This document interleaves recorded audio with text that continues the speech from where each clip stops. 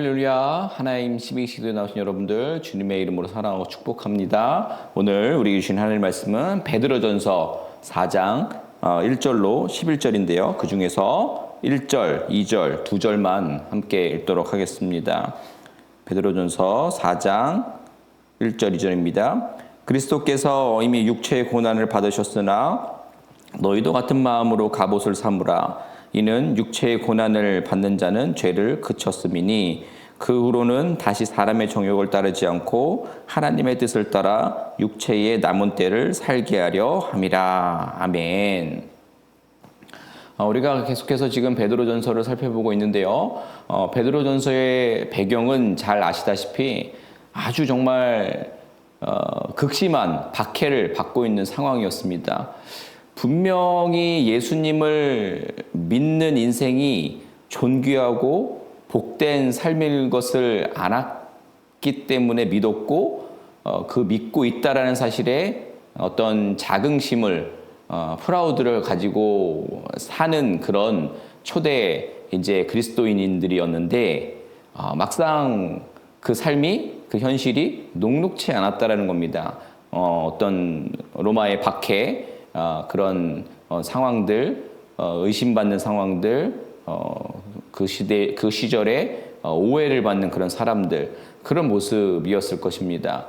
자, 그렇게 된다면은 사람이 어때요? 지켜왔던 가치에 대한 의심을 하게 됩니다. 자랑스러워했던 그 모습들이 어느새 부끄러움이 되어 버립니다. 제가 아직 벌어지진 않는 상황인데 가끔 그런 상상을 합니다. 제가 첫째 딸도 조금 늦게 나와가지고 보통 이제 저희 딸이 이제 지금 유치원을 다니는데 학부모 운동회를 하면 어쩌지라는 생각을 합니다. 학부모 운동회를 가서 달리기를 하다가 넘어지는 상상을 합니다. 제일 학부모 중에 제가 나이가 있고 그러다 보면 그렇지 않을까 라는 생각을 하면서 그런 생각이 들 때마다 오늘부터 다시 운동을 시작해야지 뭐 이런 생각을 합니다. 그런데 만약에 그때 그런 상황들이 실제 벌어지면 저희 딸이 저에게 엄청 실망을 하겠죠. 아빠가 최고인 줄 알았는데 꼴찌를 한다라는 것은 우리 딸이 그동안 아빠가 최고였는데 그것이 실망감과 꺾여버린 자긍심이 될 수 있다는 거죠. 아주 1대1로 얘는 아니지만 그런 어떤 자존감 속에서 자긍심 속에서 꺾여버리는 겁니다. 실망하게 된다는 거죠. 그런 상황 가운데 있는 이 그리스도인들에게 그 자긍심, 그 프라우드를 다시 한번 확신하게 하는 권면의 말씀이 베드로 전서가 되는 겁니다. 다시 한번 예수 그리스도의 택함받은 자녀, 거룩한 나라, 왕 같은 제사장, 그의 소유된 여러분들의 존재, 지위가 세상의 그 어떤 것과도 비교할 수 없는 가치임을 기억하셨으면 좋겠습니다. 그리고 오늘 본문의 이제 4장으로 가게 되는 건데 그 가운데 가면 그 가치 아래 사는 그 자긍심이 충만한 그리스도인들은 자신의 마지막 때를 생각하며 살아가야 한다라는 겁니다. 현재만 즐기는 것이 아니라 참다운 그리스도인의 어떤 삶으로 그 방향을 붙잡고 나아가야 한다는 거죠. 하나님 앞에 그렇게 서는 사람들은 마지막 때를 생각하며 사는 삶이 되어야 한다라는 겁니다. 더불어서 그리스도인은 주님의 고난에 참여한 자들입니다. 다시 예수 그리스도와 연합해서 고난과 영광에 모두 참여하는 삶, 그 구원의 삶으로 초대된 자들입니다. 성도라는 새로운 신분으로 사는 사람은 오늘 본문의 1, 2절 말씀처럼 정욕을 따르던 때와 완전히 결별해야 합니다. 타락한 방식으로 살던 날은 지나간 날로 충분하다라는 겁니다. 더는 미련을 두지 말고 새로운 삶을 살아야 한다라는 겁니다. 새로운 삶은 자신이 아니라 하나님의 영광을 위한 삶이다라는 것이죠. 여러분, 인간의 시간은 유한합니다. 언젠가는 하나님 앞에 서는 시간이 오게 됩니다. 히브리서 9장에 보면 한 번 죽는 것은 사람에게 정해진 것이다. 그 후에는 심판이 있다라고 말씀하지 않습니까? 그때에 가서 부끄러움이 없도록 하나님의 뜻을 따라 사는 저와 여러분 되시기를 소원합니다. 세상은요, 성도의 변화된 가치관과 삶을 인정하려 들지 않습니다. 오히려 자기들처럼 살지 않는 것을 이상히 여기며 비난을 하게 됩니다. 4절에 있는 말씀이에요. 믿음으로 새롭게 된 자들을 비난하고 조롱하는 이들은 그리스도인의 변화된 삶을 이제 평가절하합니다.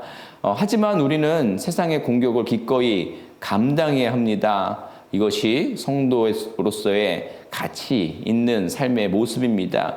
디모데후서 3장에도 분명히 말씀합니다. 무릇 그리스도 안에서 경건하게 사는 자는 박해를 받을 것이다 라고 말이죠. 믿음 때문에 당하는 세상의 공격과 곱지 않은 시선은 우리가 짊어지고 가야 할 십자가입니다. 죄악으로 가득한 삶의 방식을 거절할 수 있는 용기가 저와 여러분들에게 있어야 하는 것입니다. 그러면서 우리에게 베드로 사도는 권면하고 있습니다. 마지막 때를 살아가는 성도들은 근심하며 기도해야 한다라는 거죠. 주님이 오실 때가 가까이 왔습니다. 그리고 또한 언제 주님이 다시 오실지 모릅니다. 그렇지만 예수님께서도 비유를 통해서 주인이 올 때 기다리며 깨어서 있었던 종을 칭찬하셨다는 말씀을 통해서 마지막 때를 우리가 기다리게 되고 마지막 때를 위해서 살아가게 되는 것입니다. 여러분, 세상은 분주합니다. 수많은 쾌락이 우리를 에워쌉니다. 그래서 사단은 그 분주한 일들과 수많은 쾌락들을 통해서 우리들의 마음이 여기저기로 분산되도록 애씁니다. 그래서 이 마음들을 기억해서 성도는 사단이 활개치는 이 종말의 때 이 분주한 우리들의 삶에 더욱 정신을 바싹 차려야 하는 것입니다. 근신하며 기도하지 않으면 세상의 거센 풍조에 휩쓸리고 만다라는 겁니다. 그래서 기도하는 것이야말로 우리 영혼을 깨끗하게 하는 중요한 경건 생활이 되는 것입니다. 깨어있는 성도들의 삶에서 반드시 풍성한 기도가 있습니다. 베드로 사도의 오늘 권면은 분명 그가 경험에서 나온 간절한 권면이었을 것입니다. 우리는 모두 기억합니다. 우리 베드로는 예수님께서 겟세마네 동산에서 땀이 핏방울이 되도록 기도하시는 순간에 잠들어 있었습니다. 베드로는 누구보다 예수님을 사랑했던 제자입니다. 그는 예수님을 위해 헌신할 마음이 충만했던 이였습니다.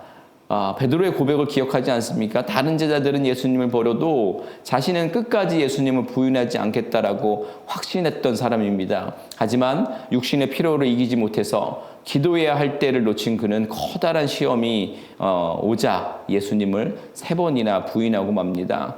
우리의 힘만으로는 성도의 정체성과 삶을 온전히 살아낼 수 없다라는 예를 보여준 겁니다. 주님의 도우심이 절대적으로 필요합니다. 그래서 진정 주님을 사랑하고 순종하려는 사람은 기도할 수밖에 없게 되는 겁니다. 여러분, 삶의 우선순위를 기도로 정하시길 바랍니다. 우리는 분주한 생활 중에서도 잠깐씩이라도 기도할 수 있습니다. 각 예배 시간에 열심히 참여해서 기도할 수도 있고요. 그리고 더 나아가서는 새벽 기도도 있을 수 있고 또 금요 철야도 있을 수 있고 교회 중보기도 팀에 조인하는 것도 방법이 될 수가 있습니다. 그리고 그런 참여보다 더 중요한 것은 개인의 은밀한 시간 가운데 최소한 10분 이상 정말 세상과 단절되는 그 시간을 만들어서 하나님께로 반드시 나아가야 할 것입니다. 그래서 우리 기도는 우리에게 영적인 생명력과 성도로서의 정체성과 그 가치를 그리고 삶의 방향을 바로잡을 수 있도록 돕는 놀라운 은혜의 시간이 될 줄로 믿습니다. 또한 베드로는 종말이 가까운 때에 성도가 가장 힘써야 할 것을 서로 사랑할 것이라고 권면합니다. 종말의 때가 가까우면 불법이 성행하기 때문에 사람들의 마음에 사랑이 식어져 갑니다. 서로의 잘못된 점을 지적하고 무자비한 말로 정죄하는 것을 드러내게 됩니다. 이것이 바로 사랑이 식어있는 단적인 증거가 되는 거죠. 그리스도인들은 이럴 때 혀를 끌끌 차는 시간으로 우리가 그 시간을 허비하는 것이 아니라 우리 베드로 사도의 권면에서처럼 뜨겁게 사랑해야 합니다. 사랑의 공동체를 만들어서 세상을 향해 나아가는 그 사랑의 모습을 보여주어야 하는 것입니다. 다른 사람에게 사랑을 표현하는 가장 중요한 핵심은 무엇일까요? 그것은 바로 상대방을 용서하는 것입니다. 다른 사람의 허물을 흉보면 신뢰했던 그 관계도 깨어지게 되지만 다른 사람의 허물을 용서하면 사랑이 깊어지게 된다는 거죠. 오늘 베드로 사도의 기록에서처럼 사랑은 허다한 죄를 덮습니다. 사랑은 그래서 작은 실천에서부터 시작이 되는 겁니다. 자신에게 상처 주고 힘들게 한 사람을 비난하거나 험담하는 대신에 따뜻한 언어로 그것을 용서해주고 감싸주는 것이 사랑이 되는 것입니다. 또 상대방의 처지를 이해해 주는 것이 사랑의 실천입니다. 이렇게 서로를 배려하고 용서하고 이해할 때에 세상 사람들이 우리를 통해서 사랑의 하나님을 볼 수가 있게 되는 것입니다. 오늘 우리가 회복해야 할 것은 결국 사랑입니다. 주님께서는 그리스도인을 진단할 수 있는 기준을 사랑이라고 분명 말씀하셨습니다. 우리가 보는 성경, 특별히 신약 성경에서 흔히 찾아볼 수 있는 개념인데요. 특별히 요한복음 13장에서는 이 사랑의 개념은 제자도까지 연결이 됩니다. 여러분, 제자도라는 게 뭔가요? 예수 그리스도를 따르는 사람들, 그분의 가르침과 삶의 방식을 살아내는 사람들이라고 정의할 수 있지요. 그러면은 요한복음 13장 34절, 35절 말씀을 우리가 기억해 볼 수가 있게 되는데, 분명히 말씀에서 새 계명을 너희에게 주노니 서로 사랑하라. 내가 너희를 사랑한 것 같이 너희도 서로 사랑하라. 그러면 너희가 서로 사랑하면 이로써 모든 사람이 내 제자인 줄 알리라 라고 말씀하고 계십니다. 여러분, 주님의 제자가 되고 싶으십니까? 그렇다 한다면 제자 훈련이 아니라 학습이 아니라 예수님의 가르침과 삶을 살아내려고 애쓰시길 바랍니다. 사랑하기를 부단히 애쓰시길 바랍니다. 베드로가 공동체 안에서 선한 청지기 같이 서로 봉사라고 말하면서 성도가 받은 은사를 강조한 건 역시 같은 맥락인 것입니다. 봉사는 내 힘이나 내 자랑 등 내가 영광받는 시간들이 되는 것이 아니라 하나님이 주신 그 사랑의 마음으로 공동체를 섬겨야 한다는 겁니다. 우리가 하나님이 주신 은사로 공동체를 세워나갈 때에 그곳에 하나님이 임재하시고 하나님이 그곳을 통해서 일어나는 모든 일들 가운데에 영광을 받으실 것입니다. 이렇게 이제 우리가 우리의 그리스도인의 삶에 대한 부분들을 다시 한번 생각해 보았습니다. 우리가 그리스도인으로서 인정받고 존경받기 참 어려운 시절을 살아가고 있음을 또한 생각하지 않을 수가 없습니다. 그 책임이 뭐 누구에게 있다, 또 어느 시대의 문제다라고 말하기 이전에 지금 현재 나의 삶의 모습이 예수 그리스도의 영광이 드러나는 삶인지 돌아보길 원합니다. 베드로 사도가 권면하는 성도의 모습인지 점검해 봐야 할 것입니다.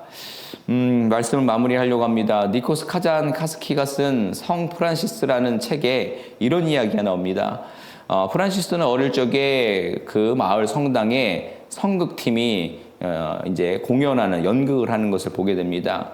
아주 은혜롭게 성황리에 연극을 마친 이 연극팀이 이후에 이제 뒤풀이 이제 식사의 자리를 갖게 되는 것을 보게 됐는데, 모든 배우들이 그 연극을 했던 그 분장, 화장을 지우지 않은 채 잡담을 늘어놓으며 또 술을 마시고 있는 모습을 보게 됩니다. 그 중에는 예수님 역할을 했던 배우도 함께 있었습니다. 연극의 감독을 받았던 프란시스는 실망을 해서 그 배우에게 아저씨는 예수님이셨잖아요 라고 말을 하자 그 예수님의 배우를 보냈던 그 사람이 아이의 질문이, 이 프란시스의 질문이 재밌다고 웃으면서 그건 연극이야. 그건 연극이었다고. 너는 연극과 현실도 구분을 못하냐라고 핀잔을 주었다라고 합니다. 그때 어린 프란시스는 큰 충격을 받게 되었다라고 합니다. 여러분, 이 예화의 의도는 이런 것입니다. 성도의 신앙생활은 하나님 앞에서 하는 것입니다. 여러분들은 정말 하나님을 아버지로 믿으십니까? 그렇단다면 그분은 은밀한 중에 보시는 나의 아버지이십니다. 자기의 상은 세상 사람들이 주는 것입니다. 세상 사람들에게 잘 보이고 그들 앞에서 행한 어떤 행동들을 통하여서 어떤 노력들을 통해서 열심을 통해서 세상 사람들이 주는 겁니다. 그래서 그들에게만 잘 보이면 상을 받는 것입니다.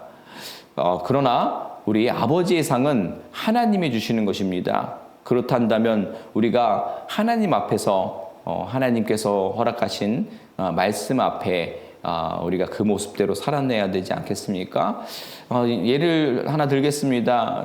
저희 이제 만약에 딸이 학교에서는 착한 모습을 보이고 또 사람들에게 잘해서 예를 들면 학교에서 착한 어린이상을 받아옵니다.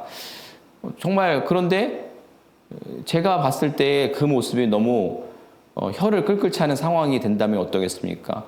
얘가 집에서는 착한 모습을 보이지 않는데 늘 엉망진창인데 어떻게 학교에서는 착한 어린이상을 받아올 수가 있지? 그러면은 저는 무슨 생각을 하겠습니까? 밖에서는 연극을 하고 집에서는 현실적인 자신의 모습을 드러내는구나 라고 하겠죠. 이렇게 계속 어느 정도의 차이는 있겠지만 이것이 지속된다면 아버지의 상을 집에서 우리 딸이 받기가 어렵지 않겠습니까? 은밀한 중에 보시는 하나님이 주시는 그 상을 우리는 더 바라봐야 하는 겁니다. 여러분들은 세상이 주는 상과 하나님이 주는 상 중에 어느 것을 받으시겠습니까? F.F. 브루스라는 신학자가 숨기고 싶은 유혹을 받을 때 보여주어야 하고 보여주고 싶은 유혹을 받을 때에 숨겨야 한다라고 말했습니다. 이에 대한 분명한 목적은 사람의 영광을 위해서가 아니라 하나님의 영광을 위해서라는 겁니다. 이것은 성도의 삶의 목적과도 같습니다. 그리스도인들은 어두운 세상을 밝히는 등불이 되어야 합니다. 그러기 위해서는 어려운 이웃과 자신을 위해 기도해야 하고 사랑이 식어가는 세상에서 서로를 용서하고 따뜻하게 위로하며 그 깨어있는 삶을 살아야 하는 겁니다. 우리가 깨어있는 만큼 세상은 변화될 것이고 하나님을 불신하는 사람들이 우리 주님께 나와 죄를 회개하고 구원을 얻게 될 것입니다. 여러분, 우리의 안위와 안식의 삶에 머무르는 것은 연극의 삶과 현실의 삶을 구분한 것입니다. 그렇게 산다면 절대 주님의 상을 받기가 어려울 것입니다. 그 어렵지만 가야 하는 그 길, 삶과 신앙이 일치하는 그 길, 의를 위하여 받는 고난을 부끄러워하지 않는 그 길, 그 삶을 살아내는 그 성도의 삶을 살아야 할 줄로 믿습니다. 세상의 평가받기 애쓰기보다 하나님의 뜻에 따라 살아서 하나님의 평가를 받아서 하나님께서 허락하시는 하늘의 상급을 누리실 수 있는 저와 여러분 되시기를 주님의 이름으로 부탁을 드립니다. 이 시간 우리에게 말씀 기억하면서 기도하기 원합니다. 다시 한번 성도라는 정체성, 그 프라우드를 되찾기를 기도했으면 좋겠습니다. 그래서 정욕을 따르던 모든 것들과 완전히 결별하게 해달라고 기도했으면 좋겠습니다. 그리고 내 자신의 만족과 기대하는 상급이 아니라 하나님의 영광을 위한 삶을 사는 성도 되게 해달라고, 삶과 신앙의 일치가 있는 연극과 현실을 구분짓는 것이 아니라 삶과 신앙의 늘 같은 모습으로 살아갈 수 있는 우리 되게 해달라고 주님 앞에 기도하며 나아가도록 하겠습니다. 함께 기도합니다.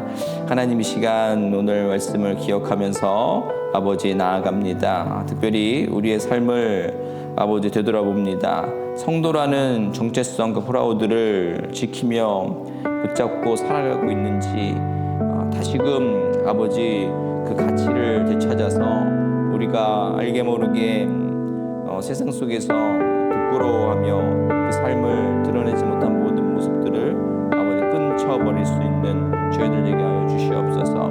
오직 하나님의 영광만을 위해 사는 저희들 될 수 있도록 주님 은혜 베풀어 주시옵소서. 더욱 주님의 겉면의 말씀처럼 기도하며 또 사랑이 식어가는 세상 속에 사랑을 실천하며 살아갈 수 있는 저희들 되게 하여 주시옵소서.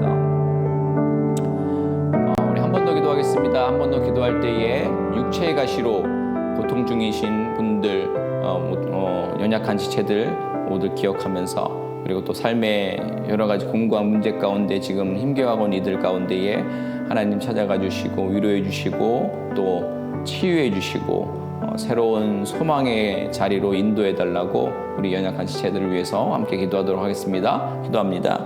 하나님, 이 시간 연약한 지체들을 위해서 기도합니다. 주님, 육체의 가시로 그리고 삶의 여러 가지 공고한 문제들로, 관계의 문제로, 가정의 문제로, 그래서 정신적으로 신앙적으로까지 흔들리는 이들 가운데에 주님 찾아가 주셔서 온전한 회복 있게 하시며 아버지 그 공고한 날 가운데에 주신 하나님의 은혜를 발견할 수 있는 저들 되게 하여 주셔서 아버지 정말 다시 한번 하나님 신앙으로 정말 모든 어려움들을 또 감당하고 이겨내어지며 또 하나님께서만 주실 수 있는 놀라운 기적의 은혜가 저들의 삶을 보듬을 수 있게 달라고 기도하며 나아가오니 주님, 저들의 삶을 온전케 하여 주시옵소서. 저들의 강건함으로 다시 하나님의 나라가 정말 확장되어지고 저들을 통하여서 일하는 놀라운 일들이 아버지 정말 볼 수 있도록,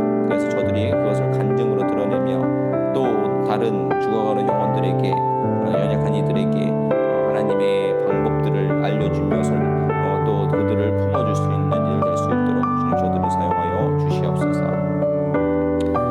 하나님, 오늘 말씀을 통하여서 다시 한번 우리가 성도됨의 감사와 또 그 정체성으로 인하여서 그 어느 때보다도 그 어느 것보다도 가치 있고 또 자부심을 가질 수 있는 저희들 될 수 있도록 주님 은혜 베풀어 주시옵소서. 그래서 아버지 그 프라우드로 살게 하여 주시옵소서. 어떠한 세상의 이익과 또 내가 드러남의 그 자리를 내려놓고 온전히 하나님의 영광만, 하나님의 자리만 드러날 수 있는 그 복된 삶을 살게 하여 주시옵소서. 그래서 아버지 그 삶의 여정 가운데에 그 가치를 우리의 삶의 토대로 놓았을 때에 하나님께서 권면하시는 기도하라는 말씀, 또 사랑하라는 말씀, 그 말씀을 붙들고 이 시절 가운데에 그리스도인들이 세상 사람들과 다른 모습을 보여줘야 하는 그 두 가지 방식을 살아내서 정말 세상 속에서 빛과 소금의 역할을 잘 감당해내며 살아갈 수 있는 저희들로 주님 인도하여 주시옵소서. 우리가 그 사랑의 마음과 기도에 근심하며 기도하는, 깨어 기도하는 그 마음을 담아서 우리 주변의 연약한 지체들을 주님께로 기도하며 올려드렸습니다.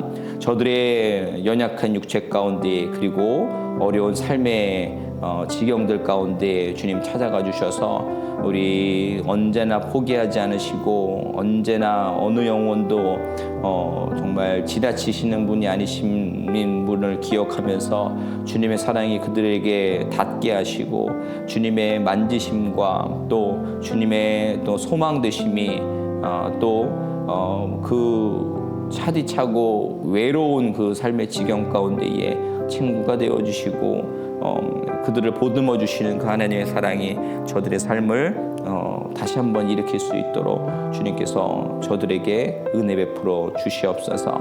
오늘도 다시 한번 성도 크리스찬으로서의 정체성을 다시 한번 가슴에 새기고 그것이 그것 또한 우리가 뽐내는 그 자부심보다 자랑할 것보다 더 큰 자랑임을 다시 한번 가슴에 품고 나아가는 오늘 모든 참여하는 성도들 되게 하여 주시옵소서. 이 결단하고 붙잡고 나아가는 이 하루의 중심 가운데에 하나님 은혜 주셔서 이전의 오전의 시간보다 더 기쁘고 감사하고 또 평안이 넘쳐서 기도하지 아니할 수 없는 은혜를 우리 모두에게 허락하여 주시옵소서. 감사하며 예수님의 이름으로 기도드립니다. 아멘. 감사합니다. 행복한 오후 되세요. 어떠한 상황 가운데서도 승주찬